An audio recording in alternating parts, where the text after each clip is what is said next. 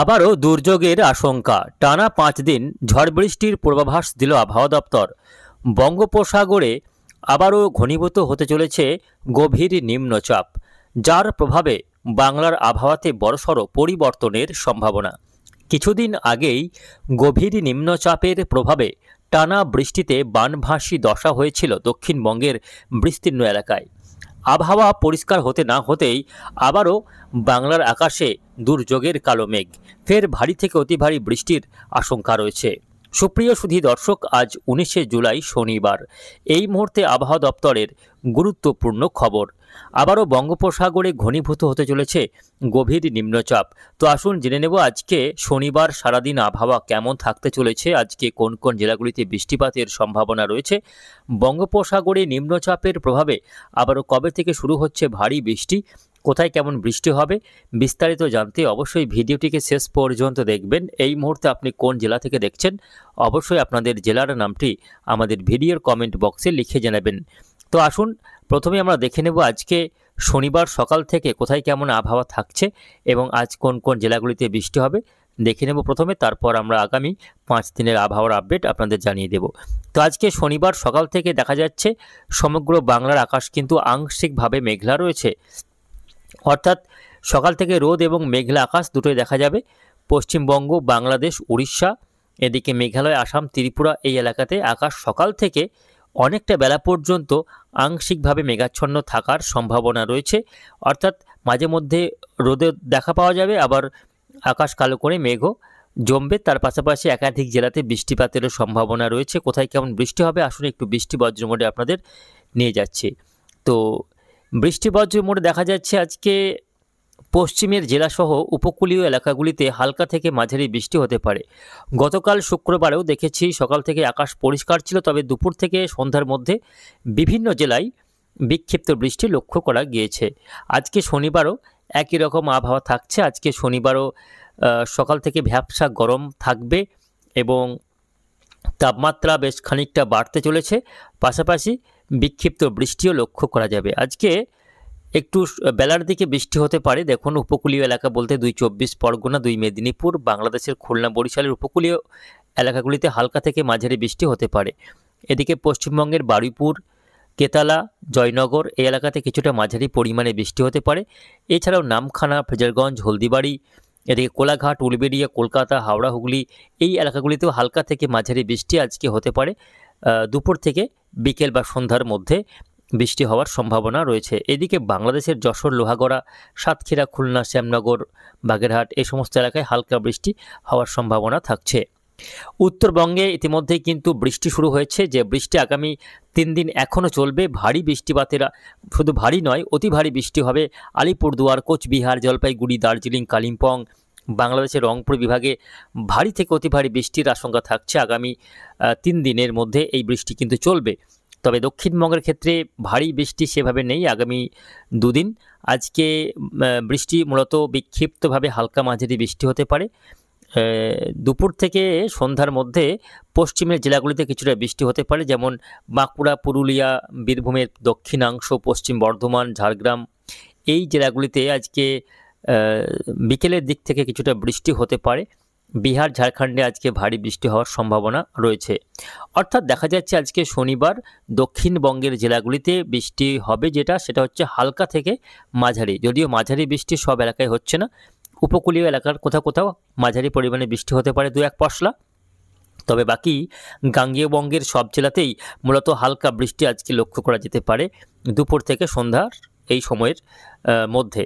তবে বাংলাদেশের গায়ে যে সমস্ত জেলাগুলি রয়েছে 24 পরগনা, নদিয়া, মুর্শিদাবাদ, মালদা, দিনাজপুর এই জেলাগুলিতে বৃষ্টির সম্ভাবনা আজকে কম রয়েছে। আগামীকাল রবিবার আবহাওয়া কেমন থাকবে দেখে নেব। আগামীকাল রবিবার সেক্ষেত্রে কিন্তু দেখা যাচ্ছে উত্তরবঙ্গে ব্যাপকভাবে ভারী থেকে অতি ভারী বৃষ্টি রয়েছে। আলিপুরদুয়ার, কোচবিহার, জলপাইগুড়ি এই জেলাগুলিতে ভারী থেকে অতি ভারী বৃষ্টি। আলিপুরদুয়ারে হালকা থেকে মাঝারি বৃষ্টি, বাংলাদেশের রংপুরে হালকা মাঝারি বৃষ্টি। এরকমই কিন্তু আগামীকাল সকাল থেকে শুরু হয়ে যাচ্ছে। ভারী থেকে অতি ভারী বৃষ্টির জেরে পাহাড়ে ব্যাপক ধস নামবে এবং নদীগুলির, উত্তরবঙ্গের যে সমস্ত নদীগুলি রয়েছে সেই নদীগুলির জলস্তর আশঙ্কাজনকভাবে বাড়তে পারে, এমনই কিন্তু সম্ভাবনা রয়েছে। উত্তরবঙ্গে কিন্তু আগামীকাল রবিবার কার্যত দুর্যোগের আশঙ্কা থাকছে। তবে দক্ষিণবঙ্গের জেলাগুলিতে আগামীকালও মূলত হালকা থেকে মাঝারি বৃষ্টি, সেটাও আবার বিক্ষিপ্তভাবে হতে পারে, অর্থাৎ কোথাও হবে কোথাও হবে না, এরকমই আগামীকাল দক্ষিণবঙ্গের আবহাওয়া থাকতে চলেছে। পাশাপাশি ভ্যাপসা গরমে কার্যত অস্থির হতে হবে দক্ষিণবঙ্গের বাসিন্দাদের। এই মুহূর্তে কি হচ্ছে না, আকাশ পরিষ্কার হওয়ার কারণে তাপমাত্রা যেমন বাড়ছে, তেমন আর্দ্রতাজনিত অস্বস্তিও পাল্লা দিয়ে বাড়তে থাকছে, যার ফলে একটা ভ্যাপসা গরম দিনভরই অনুভূত হচ্ছে।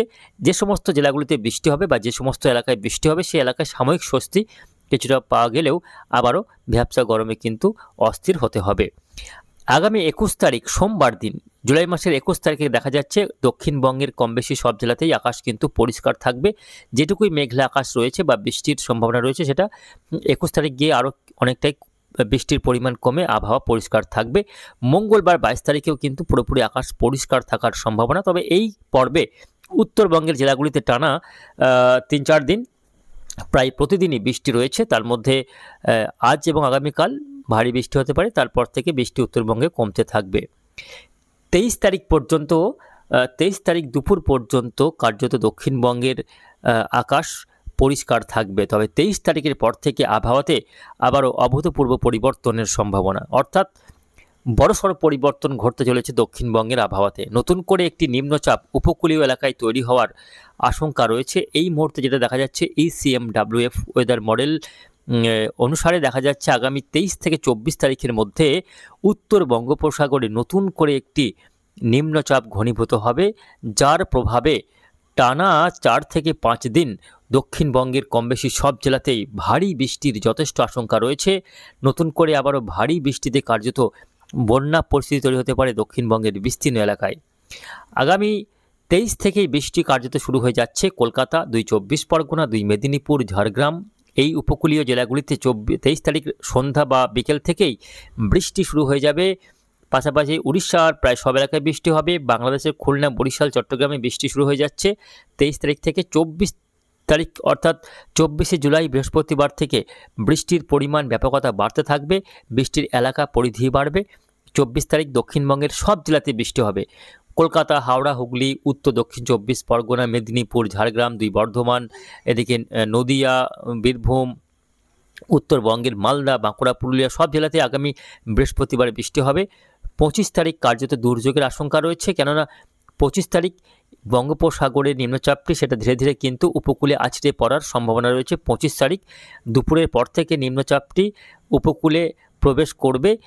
বাংলাদেশ এবং পশ্চিমবঙ্গের যে সুন্দরবন এলাকা রয়েছে, সেই এলাকা দিয়ে নিম্নচাপটি ভূভাগে প্রবেশ করার সম্ভাবনা, যার ফলে 25 তারিখ থেকে ব্যাপকভাবে বৃষ্টি এবং দমকা ঝড়ো হাওয়া ঘন্টায় 40 থেকে 50-55 কিলোমিটার গতিবেগে ঝড়ো হাওয়া বইতে থাকবে উপকূলবর্তী এলাকাগুলিতে।